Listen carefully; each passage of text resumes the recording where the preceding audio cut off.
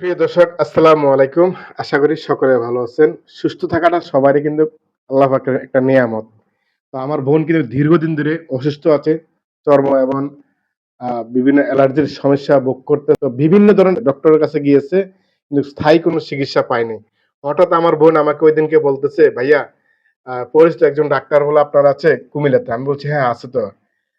তখন তখন আমি স্যারের কথা বলছিলাম, রাহান স্যারের কথা বলছিলাম এবং প্লাস আরেকটারও আ গুড নিউজ হলো কি স্যারের ভিডিও খালি আমি না, আমার এলাকায় না খালি প্রবাসের অনেক ভাইরা দেখে। আমার নিজের আপন ভাই পর্যন্ত দেখে। আমার প্রবাসের যে ভাইটা আছে, সে ভাইটা আমাকে মাঝে মধ্যে রাহান স্যারের কথা বলে কিন্তু।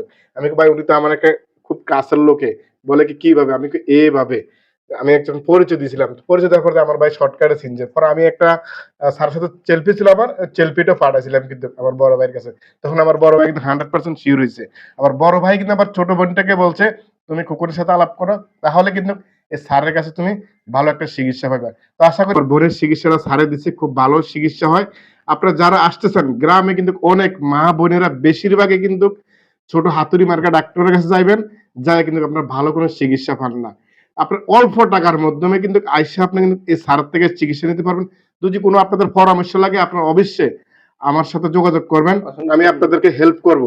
100%। অসংখ্য ধন্যবাদ খোকন ভাই। আসলে মূল যে সমস্যাটি সে হচ্ছে আসলে যে উনার বোনকে যে সমস্যা নিয়ে আমার চেম্বারে আসেন, যে মূলত হচ্ছে উনার সারা শরীরে আসলে দাউদ বা দাঁত বা ফাঙ্গাল ইনফেকশন আমরা যা বলে থাকি, এই ফাঙ্গাল ইনফেকশন সারা শরীরে কিন্তু উনার বোনের ছড়িয়ে গিয়েছে। তো সেক্ষেত্রে আসলে যে ভুলগুলো উনারা করেছিলেন তা হচ্ছে যে ভুলগুলো করা উচিত নয়।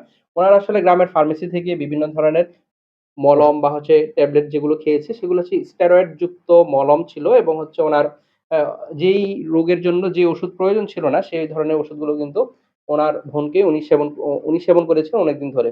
পরবর্তী আজকে আমি যখন দেখলাম এবং আলহামদুলিল্লাহ তিনি এখন অনেক ভালো আছেন। কিন্তু যে এই ধরনের অপচিকিৎসা যাতে শিকার না হন এবং এই অপচিকিৎসার ক্ষেত্রে অবশ্যই আপনাকে এই যে যদি ফাঙ্গাল ইনফেকশন দাউদ বা দাঁত হয়, সঠিক চিকিৎসার মাধ্যমে কিন্তু রোগটি সম্পূর্ণরূপে ভালো হওয়া সম্ভব। যদি আপনি ভালোভাবে মেইনটেইন করে চলেন। কিন্তু যদি ভালোভাবে মেইনটেইন করে না চলেন তাহলে কিন্তু এই ফাঙ্গাল দাউদ বা দাঁতের সমস্যাটা কখনোই আসলে ভালো হবে না, বারবারই কিন্তু হবে।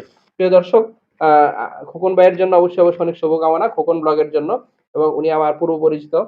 সেজন্য অবশ্যই আপনারা উনার পাশে থাকবেন এবং উনাকে সাপোর্ট করবেন। সকলকে ধন্যবাদ জানাচ্ছি। আসসালামু আলাইকুম।